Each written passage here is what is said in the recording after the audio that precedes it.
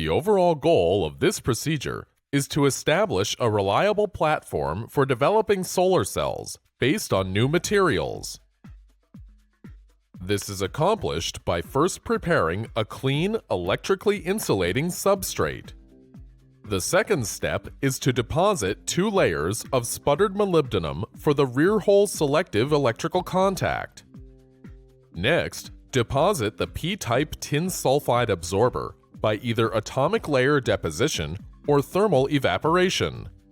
The final step is to finish the P-N junction by depositing a stack of N-type layers comprised of a compound zinc oxysulfide buffer layer, followed by a transparent conducting oxide and metal fingers deposited to assist charge collection.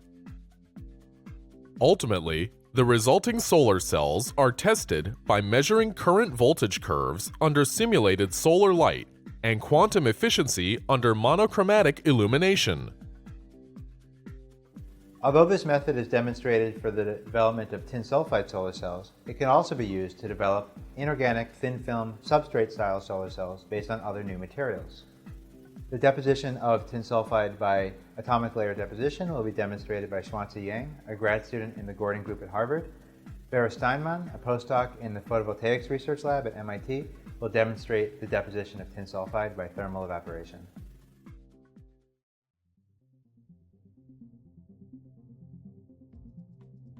This video begins after the preparation of the silicon wafer substrates.